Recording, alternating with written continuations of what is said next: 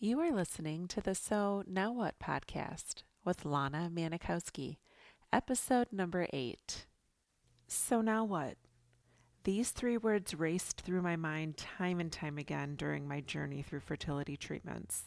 I tried desperately to have a child, but never was able. I yearned for a community to join that could understand my struggles. I couldn't find one, so I created one with the So Now What podcast. I love that you found us. We have some really awesome stuff to cover this week. And I'm going to warn you ahead of time. You're going to listen to me talk.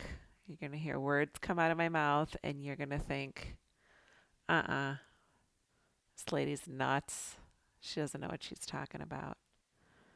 But I'm going to tell you, if you listen and practice and listen a little bit more, you are going to find a whole new way to interpret the things people say. So, anyone out there who has gone through fertility treatments and doesn't have a child, let me know when you hear someone say these words to you. What do you think? You'll never know love until you're a mother. Any baby news? Just relax and it'll happen. Don't you want kids? So, when are you guys going to have a baby? Oh, I'm so sorry. So, do you guys have children? Well, you know you can always adopt. These are just a few of the phrases or comments people say that are huge triggers to women that have gone through infertility treatments and haven't had a child. And for a very long time, I would be so furious when these words were spoken to me. I called people heartless, I called them mean and insensitive for saying words to me. And there were times when they'd bring me to tears and anger me to the core. But when I started working with a life coach and I discovered coaching and was made aware of an alternative way of thinking, things changed. And I'd like to introduce a little bit about it to you today in the podcast. Okay, so our brains are dramatic, and I like to imagine my brain as various dramatic characters, sometimes in a lead role, sometimes in a supporting role. But whatever role it's in, our brains are very dramatic. When I think about it, I like to take it back to evolution. And there's basically two settings that your brain really has: a primal setting, which you're very reactive, you're out pillaging in a forest, you are worried about being attacked by bears or wildlife or whatever it is. And if you're not in a tribe with people around you to support you, you're alone and very reactive. Or, as we are in modern times, we are more adult with our brains or deliberate with our brains. We use our prefrontal cortex and really cognitively make decisions and operate from there. So I know for me, I functioned in more of a reactive state when going through fertility treatments and the years that followed. So everything's fine and dandy. I'm making it through my day just fine. And then bam, someone asks, any babies yet? And then I'm in a total tailspin and thinking about how awful Sally Joe is, not because of the words that came out of her mouth, but because I wasn't managing my mind. And it's not because we don't want to, or not because we feel like we want to be kicked in the stomach by someone's words. It's because no one ever told us that we had an option. This was seriously the most mind blowing concept that was ever offered to me. And like I said, some of you listening today, you may be skeptics, and I get it. I once was one. And it's so fascinating to me when I'm working with a client that is so committed to their story and really does not even allow their mind to come up with something that they want to think on purpose. And really, it's because our brains are just story making machines. So, managing your mind is basically taking ownership over it. And your primitive brain hears a question that is jarring to you about your road to motherhood, and it goes into this reactive mode. And it really causes us to become drama queens because everything's either fine and dandy or life and death because someone asked you this random question about motherhood. We seem to tap into the primitive part of our brain more than the adult part of our brain. One of the things I'd like to teach you is how you can learn a little bit more about when you're tapping into primitive versus adult and deciding how you feel when you do one or the other. So let's get started. So, our primal drama queen brains, they're still in that day and time where it was just like things were life or death. And that's why our brains are constantly telling us that everyone hates us, everything's a threat, life is terrible, we're going to die alone. It's like constant life or death. So that's why your primitive brain interprets things so intensely. But what's ironic is that we think that other people actually have the ability to cause our drama. And it's so common to hear these terms these days. I just can't. There's just too much drama. She always causes so much drama. I don't want to deal with the drama. You know what drama is? It's an expression of art, and it generally happens on a stage. It's part of an art form, and that's what drama is. But we like to take human interaction and call it drama, and our primitive brain loves this because it's like life or death things. So your primitive brain is like, yes, drama. Life is so dramatic. I could die at any moment. Primitive brain loves this. But the truth is, drama only really exists in our brain. No one can cause drama for you. Did you know that? Well, you probably don't know that. Unless you're one of my clients, you would know that. But otherwise, you might think that other people can cause drama for you. Other people can be toxic. Other people can say the worst, most heartless things. Other people can be draining. That's what you think. Many people think they can only be in harmony if they surround themselves with kind, compassionate, butterfly loving, high vibe people because they affect your vibe. Other people don't affect your vibe. Other people don't cause drama. Other people aren't toxic. Other people aren't draining. It's all in your brain. And it doesn't matter what they say. It doesn't matter what they do. It doesn't matter if the other person tells you they're pregnant and invites you to their baby shower. It doesn't matter what they do because no one else can cause drama for you. Only you can cause drama for you because drama only exists in your own mind. What other people say and do are neutral circumstances, and your thoughts about them is what causes your feelings. So no one else can cause drama for you because drama, it really doesn't even exist. Like sometimes when I'm just starting out working with a client, I'll have them look at a feelings chart and it will help them to learn how to identify their feelings. And drama is not even an option on there because drama is not an emotion. Drama is just an interpretation, it's an opinion, it's a thought you have. And drama is a label that you've applied to someone else's words or actions. It's not an objective thing. So, no matter what someone else does, it isn't drama. There's only drama if you decide to have the thought that it's drama. So, when you think something or someone else is dramatic, how do you feel? Well, you probably feel all kinds of riled up. You feel stressed out and overwhelmed and out of control. So, who's really causing the drama? Your brain is the only thing that is capable of causing drama for you. Other people's words or actions are not drama, they don't cause drama. The drama is your own negative thoughts that you don't yet have the ability to manage. So what happens is you'll try to avoid people you think set it off because you're blaming them for your feelings. You decide to cut Sally Joe out of your life because she's an asshole for telling you to stay calm as you entered into your fourth cycle of IVF. We think that she causes our drama, and the best thing to do is to avoid her. Shit talking them for questions or words they spoke is a great opportunity for you to lean in a bit closer and start to get curious about what strikes things up in you.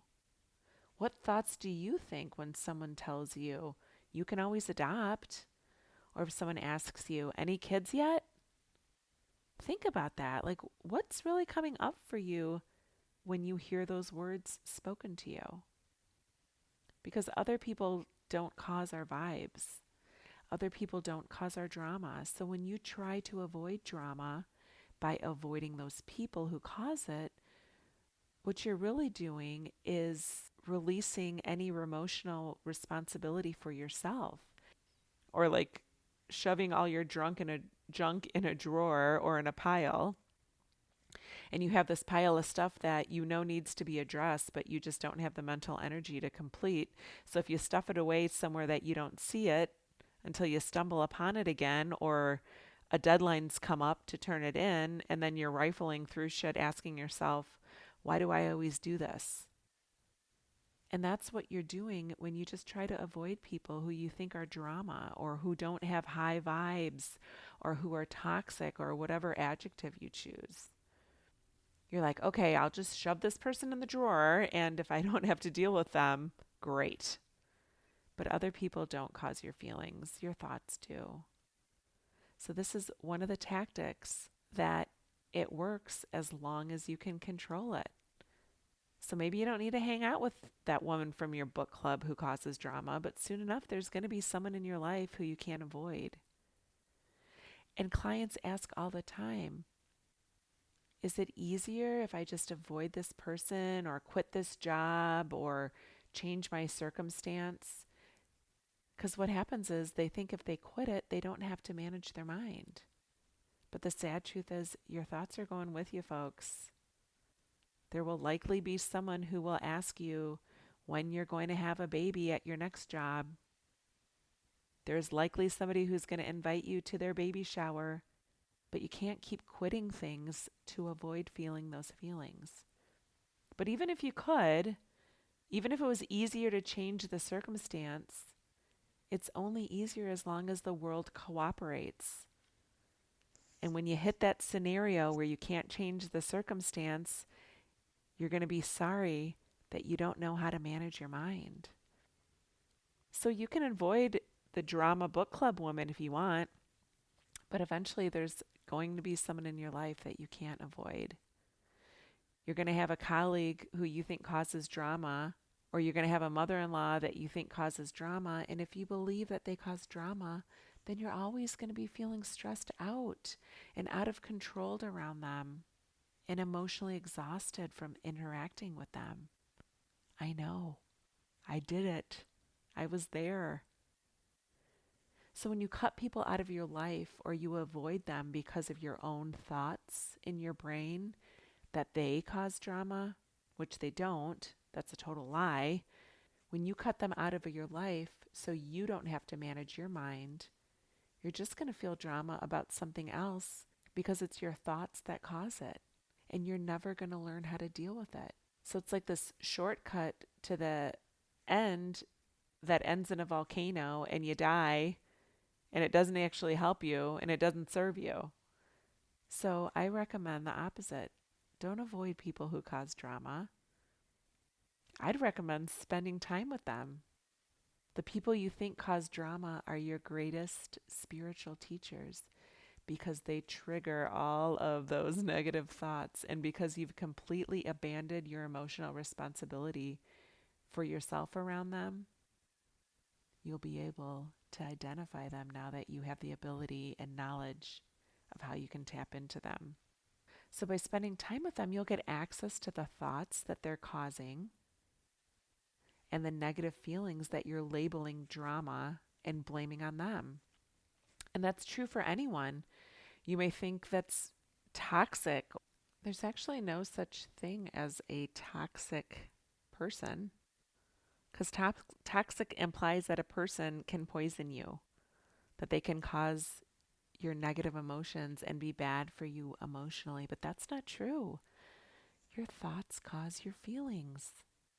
Other people don't cause your feelings. Even the ones you don't like, even the ones you think cause drama, even all your friends, if your friends agree with you that they're toxic, a toxic person is just simply someone you aren't managing your mind around. That's it. What causes stress is your thoughts about you when you interpret the words that they say to you. So when I tell someone that I went through 7 IUIs and 4 IVF cycles and didn't have a baby, and they lean in and softly say, I'm so sorry. That used to bother me so much. Them showing pity made me think they must think I'm shattered and they must think I'm weak.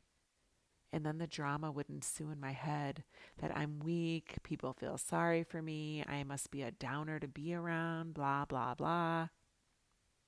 So in reality, this person isn't causing me drama. I'm just not managing my thoughts around the words that they say. So if a client tells me that someone they know is toxic, I know what that means is that they've surrendered their emotional responsibility for their interactions with that person. Or you always have that person who tells you, oh, you can always adopt. How dare she suggest that? Does she think I didn't try hard enough to be a mom? Or that the thousands I spent and the heartache I suffered weren't worth anything because adoption wasn't the right answer for us? It feels empowering because you're like, I've identified the problem. I'm not the problem, it's you. You're the problem. You're toxic. But it's not empowering because you're putting yourself totally at that person's mercy and you're telling yourself you can't control your own experience. You're telling yourself that someone else is being whoever they are, just saying and doing whatever they like to do, like literally them making sounds with their mouth and words coming out of a hole on their face are dangerous to you. So if you call someone toxic or insensitive, you're telling your primal brain that it's life or death and there's a threat. And then, of course, your brain becomes obsessed with it and fixates on that person. And the fixation causes a lot of rumination and negative thoughts. And those produce anxiety, they produce fear or dread. So, guess who's the toxic one here? Yep, it's you. Your brain, your thoughts. You're the one being toxic to yourself. You're the one who's creating the drama.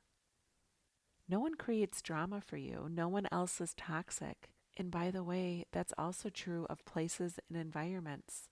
Your workplace can't be toxic. A baby shower can't be toxic. You just aren't managing your mind about other people being less than the ideal perfect people you'd prefer to be around.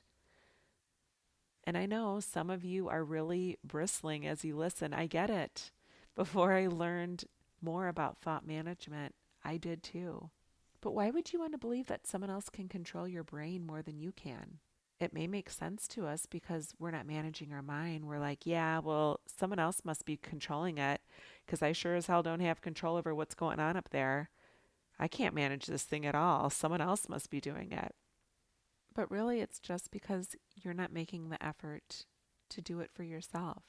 When you take emotional responsibility for yourself and your thoughts, you don't have to fear any kind of pregnancy announcement or toxic baby shower or friend or great aunt or anyone because you know that you're in charge of how you think and feel no matter what. It's interesting because even the phrase causes drama or insensitive person are going to stress you out. When you think that she causes drama, you feel the negative emotions you associate because of drama. But people are pregnant and have baby showers. It's not toxic. It's your thought that it's toxic that is causing so much suffering. So it's very all or nothing, black and white thinking, both emotionally and in the way it shows up in the results in your life.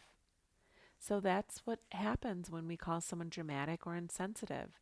It doesn't motivate any action unless it's just to completely cut them off, which we can, but often we do that and we don't have any recourse. We don't have anything that we can do. We just tell ourselves we've got no power and we feel helpless and we don't take action.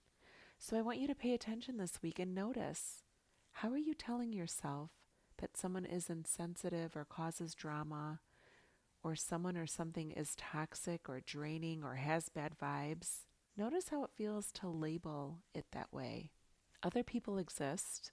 Your workplace exists. Your book club exists. Your in laws exist. But you get to choose what label you want to put on that container. Like, honestly, imagine each of them in a glass container and you get to decide which label you want to put on it. Do you want it to be labeled insensitive? Do you want it to be labeled toxic? Do you want it to be labeled drama?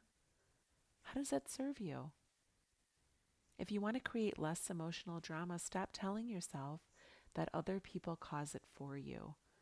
You're the only one causing your own drama. They're just people who have said words or sent you an invite to their baby shower. It's your thoughts that are poisoning you, and ironically, if you stop labeling them insensitive, you'll actually feel more empowered. So that's what I want you to pay attention to this week. When you're doing your paper thinking, write down some of the situations that you've been in that felt a little prickly to you. Notice what thoughts came up for you when words were said to you. Decide if you like that thought and decide if you want to keep it. This is some eye opening and mind opening stuff. And I don't expect everyone to listen to this and jump on my bandwagon right away, but I'm going to tell you, as you start to practice it, you will see how the floodgates open for your emotional well being when you can manage your thoughts around other people's words. This work is especially timely with the holidays coming up. We're all going to be seeing family and going to holiday parties and put in situations where we might want to associate not having children around the holidays as being sad, as missing out, but start to do this work and you'll be able to be a little bit more aware going into the holidays. And also, I spoke a little bit last week about my meaningful holiday mastermind that's going to be taking place. So that will be another great place that will dig a lot deeper into this type of work and work on creating some meaningful holidays without children. And remember, never stop believing you have the ability to discover your meaning.